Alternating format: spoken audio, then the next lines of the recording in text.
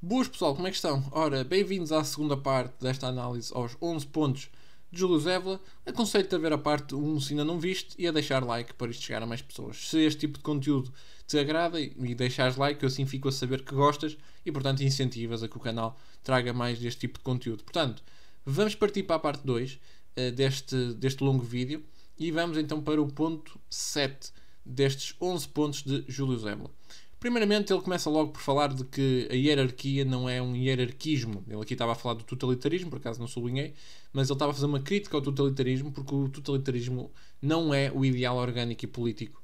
Apesar de muitos movimentos totalitários, na sua premissa, terem defendido uma reorganização quer da economia, quer da estrutura social, num sentido orgânico. Mas, de facto, não foi isso que aconteceu. Para Júlio Zévola, o totalitarismo ou o hierarquismo, que de vez em quando aparece e é uma fórmula errada de organização política, não é defensora dessa orgânica tradicional.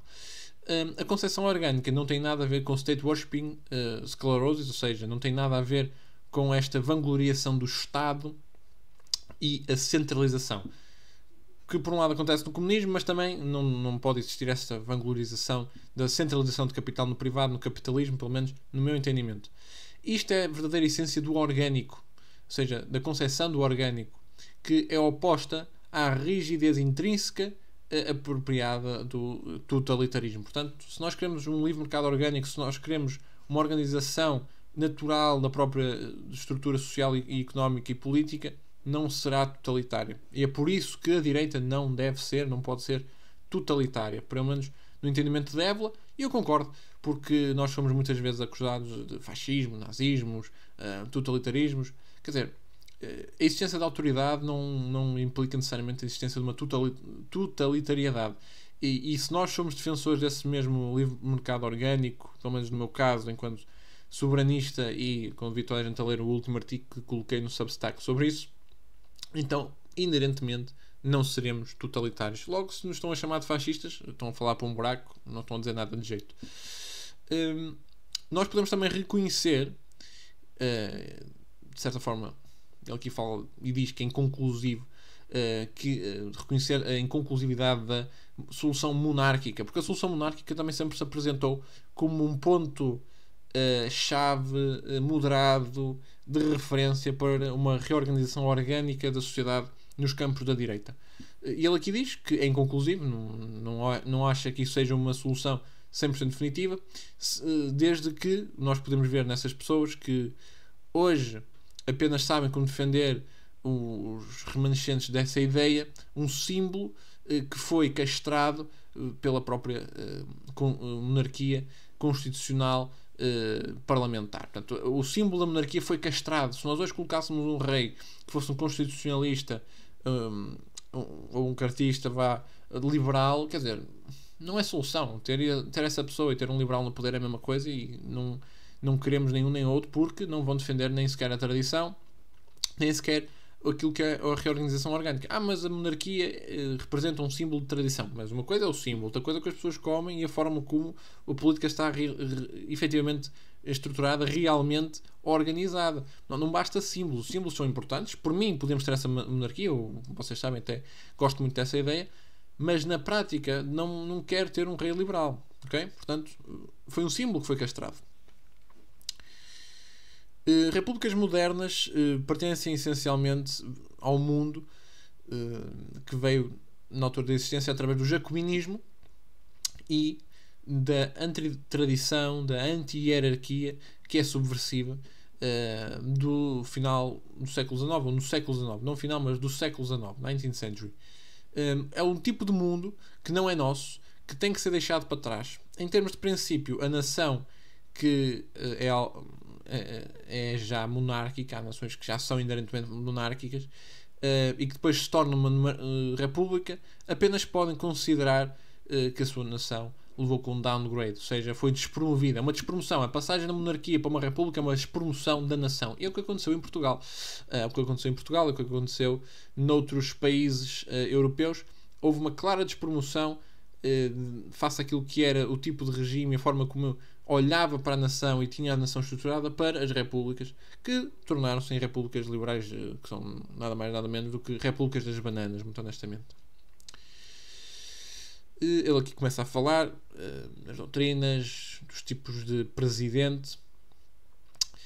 E ele aqui diz: não existirá uma tribuna ou um líder popular que será igual a este task, desta luta, basicamente, que será basicamente o holder, que terá basicamente uma simples e uma forma individual de poder que não esteja depravada de um grande carisma e que descansa ou que esteja assente, em vez disso, num prestígio precário exercido por ele mesmo sobre as forças irracionais das massas. Portanto, vai sempre ser criticado, vai sempre ser contestado, e ele aqui depois até diz, ou dá o nome de bonapartismo, e diz que este é o significado que é corretamente reconhecido, não como a antítese da demagogia popular democrática. Atenção, não é essa antítese, mas como a sua conclusão lógica. Uma das piores aparições no Decline of the West Spangler, que um dia também podemos analisar no canal. Este é o novo touchstone, ou seja, é o novo toque para o nosso sítio, a sensibilidade em respeito a isto tudo. Ora, ele depois aqui fala em Carlyle e, segundo ele, já tinha referido a esta mesma figura no mundo do Valais, que para ele foi governado por um herói, um sham hero, ou seja, um herói de farsa, não por um real lord, basicamente alguém de figura impositora impositiva, basicamente, e de grande compostura, de grande valor, grande virtude. Um lord, o que significa ser um lord, de grande valor.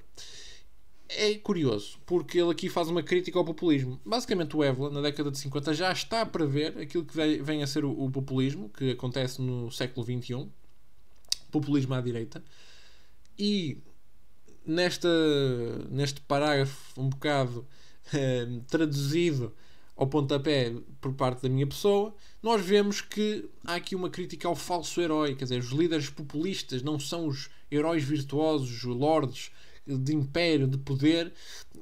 Em vez disso, são pessoas como o Bonaparte, Napoleão Bonaparte, que tinham esse apoio popular, mas não eram uma oposição ao sistema democrático popular que destruiu a tradição. São a sua conclusão lógica, porque as massas, quando a democracia falha, quando a revolução liberal falha, quando o igualitarismo falha, pedem sempre por uma nova solução, e essa solução é baseada no que as massas querem, não na tradição. E Napoleão não foi um líder baseado na tradição, pelo contrário, restaurou algumas coisas, foi reacionário em algumas coisas, mas acelerou a revolução noutras, em termos sociais, nomeadamente na sua relação com a Igreja.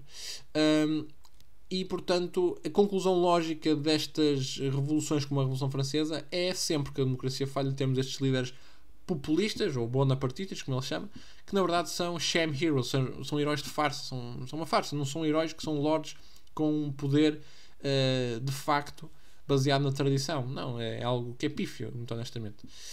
E isto é uma crítica ao populismo que vemos hoje a nível ocidental. Existem muitos líderes populistas, muitos partidos populistas que não são aquilo que as pessoas pensam que eles são, não são a solução como pensam que são apenas vias para a abertura à fragilidade do sistema, mas depois, em termos de proposta, não fazem a catapulta para o passo seguinte de efetivamente destruir o sistema que os quer, em primeiro lugar, destruir, mas destruir o sistema que colapsou com a tradição e com o Ocidente.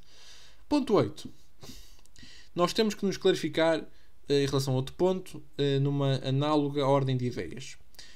Estamos a falar sobre a posição a ter em resposta ao nacionalismo e a ideia geral de pátria. A discussão é relevante, porque hoje, em vários sítios, ou várias pessoas, tentam salvar o que pode ser salvo e gostariam de ter um posicionamento mais sentimental e ao mesmo tempo uma concepção naturalista da nação. Esta noção, não nação, esta noção é estrangeira à grande Europa política tradicional. Porquê? Porque não, quer dizer, em primeiro lugar há uma ideia errada de que o conceito de nação só vem com a Revolução Francesa. Em primeiro lugar, isso não é verdade.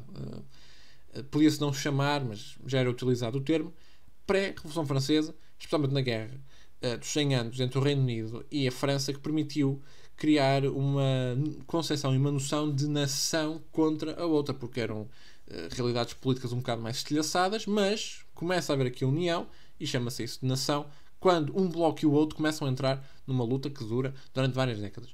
Portanto, a ideia de nação já vem antes. A noção de nação é muito classista, baseada em a que classe pertence. Por exemplo, a nobreza e o clero já não foram parte da nação francesa, de acordo com alguns autores. Portanto, não é uma nação como os nacionalistas de direita defendem, que é uma nação com base no sangue, na herança, na nossa pátria, no nosso valor. Portanto, é uma noção diferente. Mas é verdade, porque nós tínhamos grandes trocas de monarquias, trocas políticas, de soberanias até, entre os vários povos europeus na altura das monarquias europeias, isso é verdade. E a tradição, onde tínhamos a Igreja como o patamar superior ao Estado-nação que viria depois a substituí-la enquanto Estado moderno, sim, é estrangeiro àquilo que era a Europa aristocrática e a Europa do clero e a Europa da tradição. Isso é verdade, aqui o Évila está certíssimo. Ou seja, é uma noção que é estrangeira à Europa política tradicional e que é difícil de reconciliar com a ideia de Estado que nós já discutimos. Mesmo que nós deixemos de lado, ou para um lado, o facto de que nós vemos esta ideia de pátria ser invocada por várias partes divergentes, até pelos representativos da subversão vermelha. Portanto, os vermelhos também dizem-se patriotas, os comunistas dizem-se patriotas, né? Curiosamente. Esta concepção, e em Portugal isso aconteceu, esta concepção já não é de facto relevante para os nossos tempos, porque, por um lado, nós estamos a assistir à criação de um grande bloco supranacional, como aconteceu com a União Europeia, e ele aqui na década de 50 prevê exatamente isso, enquanto, no outro lado, a necessidade de encontrar, pelo menos a nível europeu, uma referência, um ponto que está a aumentar de forma aparente.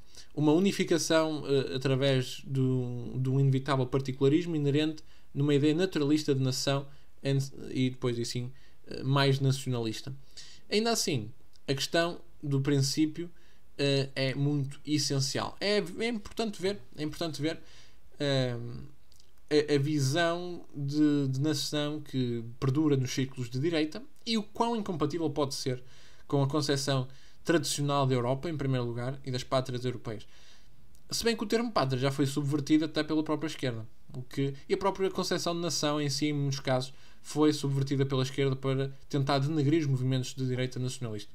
Portanto, é muito interessante ver. Eu por acaso, eu acho que a nação é nada mais nada menos do que uma concepção, uma conclusão, uma concepção lógica face à evolução agregadora das populações. Começamos como famílias, de famílias vamos para tribos, de tribos começamos a ter povos, e os povos depois unem-se por conveniência material e também, de certa forma, pelo contacto espiritual e cultural em nações, e as nações, que muitas delas vêm exatamente das mesmas famílias e das mesmas tribos, curiosamente, no caso do europeu, quer dizer, estamos a falar dos povos indo-europeus, muitas delas depois vão se querer voltar a unir em blocos supranacionais. Embora existam blocos supranacionais que são artificiais, como é o caso dos Estados Unidos, como é o caso de uma potencial de uma Índia, é completamente artificial, não é homogéneo.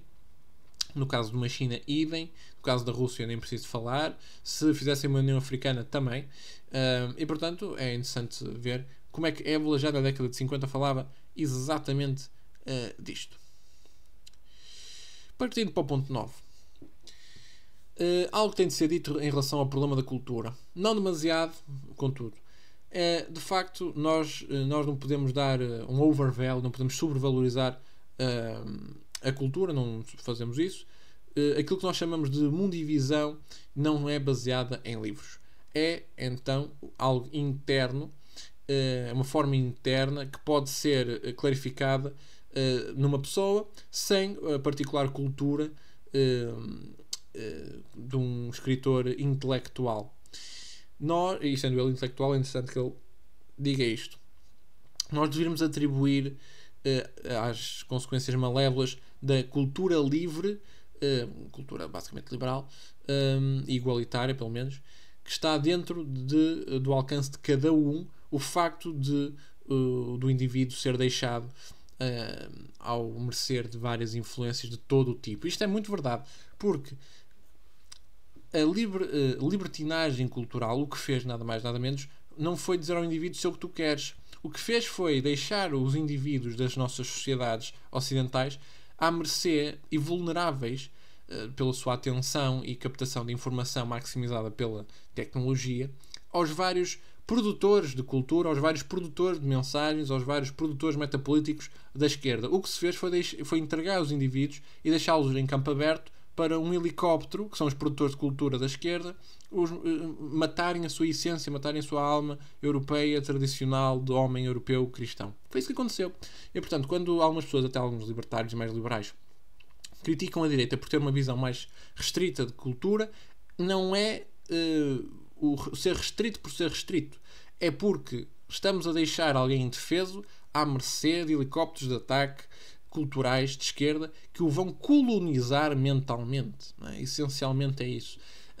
E, portanto, o que se fez foi deixar pessoas vulneráveis a estúdios com milhões de orçamento, a mega operações de lavagem cerebral e cultural até dos próprios Estados em políticas culturais.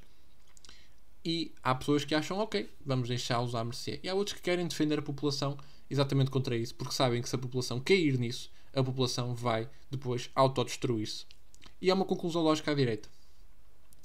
Depois aqui, ele no ponto 9, antes de eu partir para o ponto 10, eu vou partir aqui para cima, na parte 1, porque ele faz uma crítica a vários elementos, a várias questões que pautam aquilo que é a nossa contemporaneidade política. Aquilo que ele ia dizer no ponto 9, basicamente ele diz aqui: o mais proeminente entre os darwinistas, marxistas, psicoanalistas e existencialistas. Estas ideologias vêm da mesma influência e no mesmo ataque ao verdadeiro homem. Portanto, ele vai fazer aqui uma crítica, era aquilo que ele ia fazer no ponto 9, vai fazer uma crítica ao darwinismo, ao marxismo, à psicanálise e ao existencialismo. Contra o darwinismo, deixem-nos defender a dignidade fundamental da pessoa humana e o seu lugar único.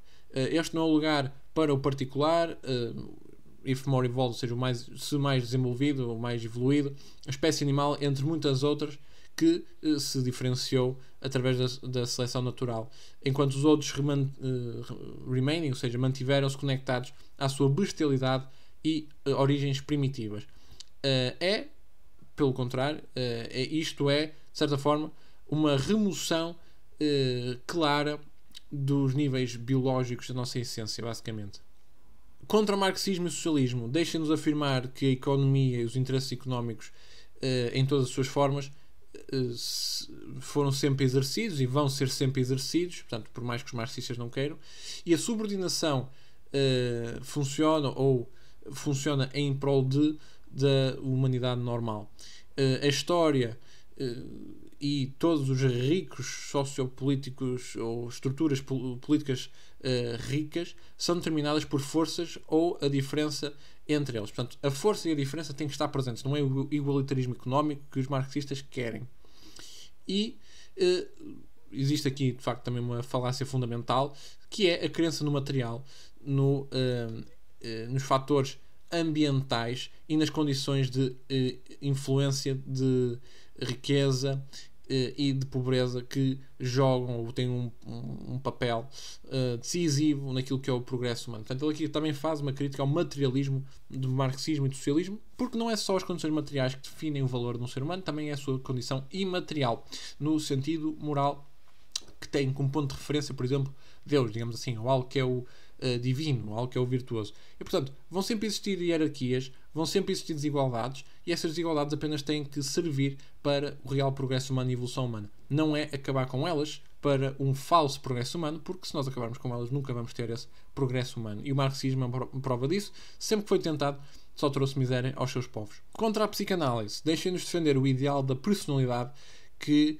não deixa de existir, ou seja, não abdica do seu papel, de uma consciência autónoma da personalidade que mantém a sua soberania sobre aquilo que é o noturno e o subterrâneo, ou seja, o nosso subconsciente, E ele aqui depois fala em possessões demoníacas da sexualidade, porque Freud, basicamente, funda-se à base dessa. A imagem de Freud na sociedade funda-se à base disso, e é uma forma, no meu entendimento, até bastante subversiva de entender o ser humano, e que, basicamente, a personalidade não é reprimida nem psicoticamente separada, mas que mantém um balanço saudável em todas as suas faculdades pela subordinação para um grande ou maior propósito de vida e ação.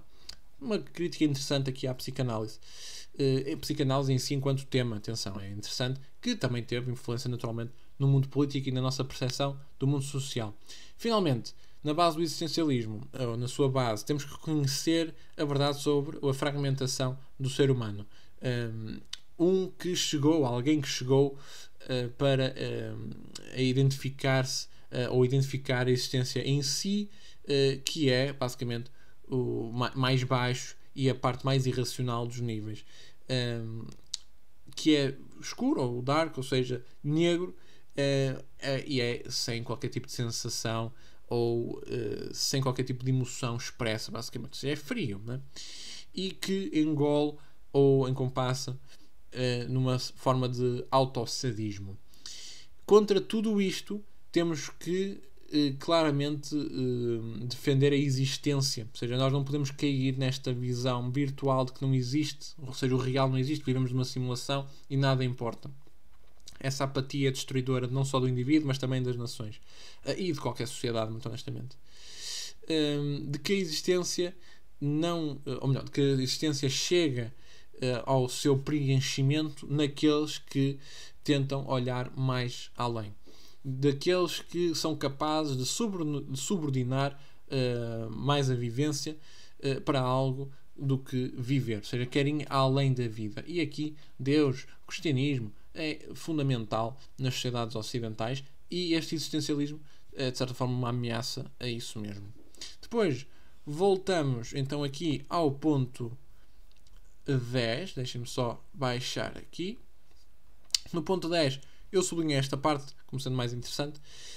Qualquer pessoa que sabe como reagir contra as forças de esquerda apenas no campo dos ídolos, do estilo de vida e da mediocridade, da moral conformista, do mundo burguês, ou seja, este parágrafo, esta parte, este ponto 10 é muito centrado naquilo que é burguesia, e que também, de facto, a esquerda apresentou-se no campo político como anti-burguesa, mas não é isso que a torna numa solução. Mas também quem quer combater a esquerda não pode combater a esquerda numa visão burguesa.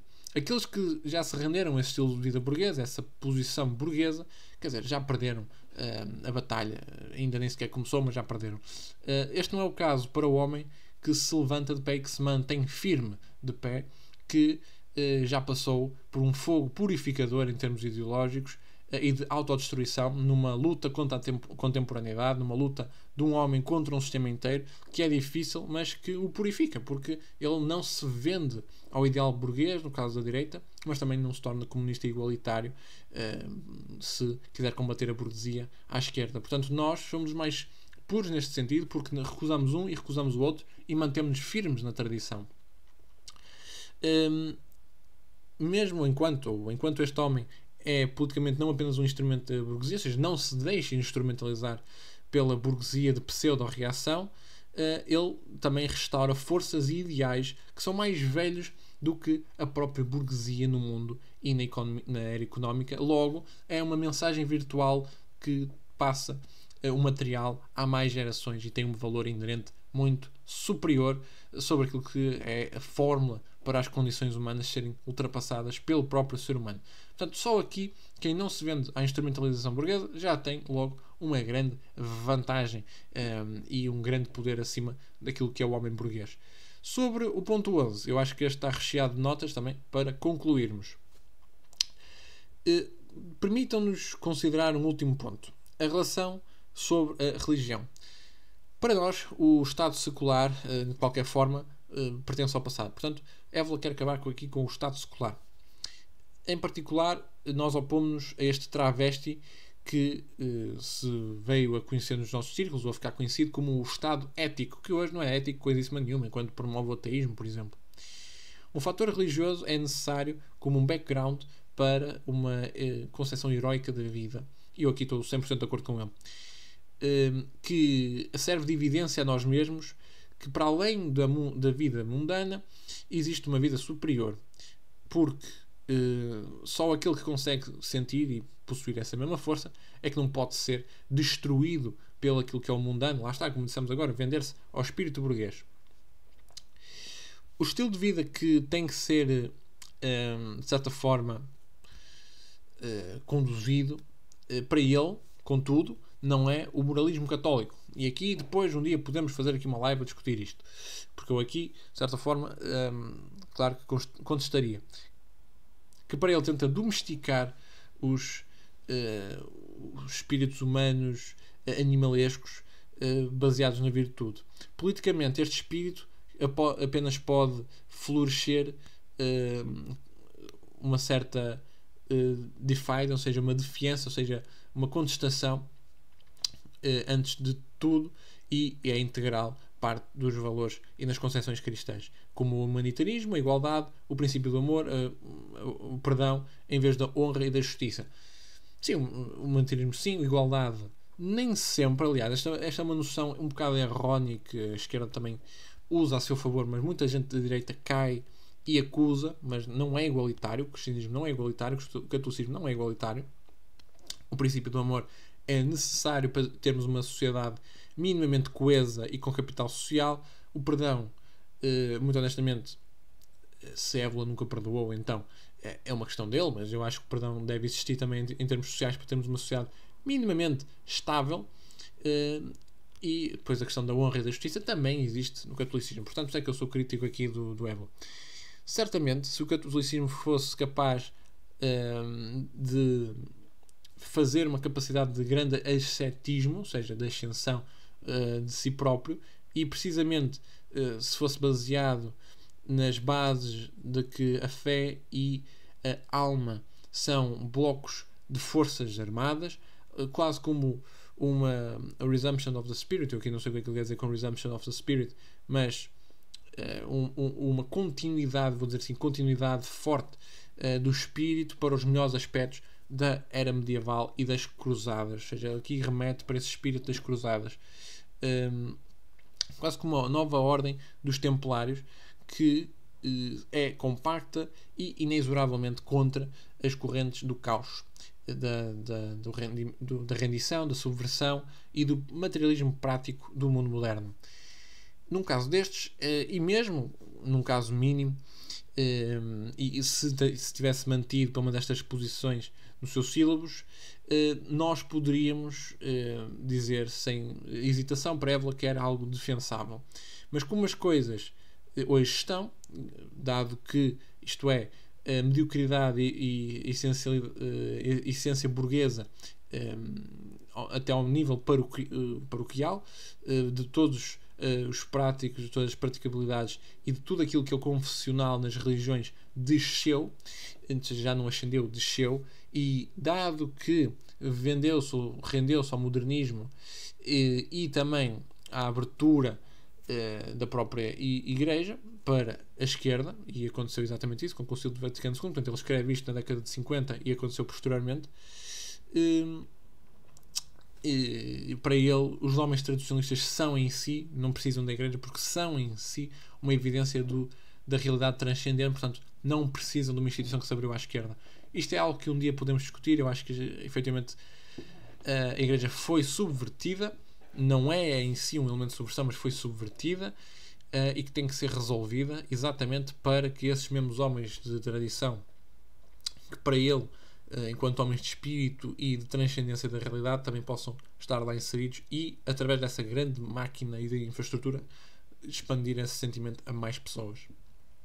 Portanto, de resto, está aqui, esta é a parte 11, é o ponto 11, e, portanto, concluímos aqui a nossa análise aos 11 pontos de Júlio Évola. Digam-me o que é que acharam, coloquem like se gostaram e comentem a vossa opinião. Digam também se gostam deste tipo de conteúdo e se podemos trazer então mais vezes para o canal. Se gostaram, deixem like, porque é para eu saber se vocês querem que eu traga mais vezes ao canal. Como eu disse, este vídeo não pode ser em live por motivos inesperados. Não pude fazer live sobre este mesmo tema porque ia durar imenso tempo e eu não pude fazer uma live muito longa no sábado, embora eu tenha feito live no sábado. E portanto, continuaremos a fazer este tipo de conteúdo se vocês gostarem. Portanto, coloquem like e partilhem com os vossos amigos tradicionalistas, mais conservadores também, sobre Júlio Zéfala. Portanto, meus caros, vejo-vos no próximo vídeo, na próxima live stream. Saudações patrióticas e viva a tradição!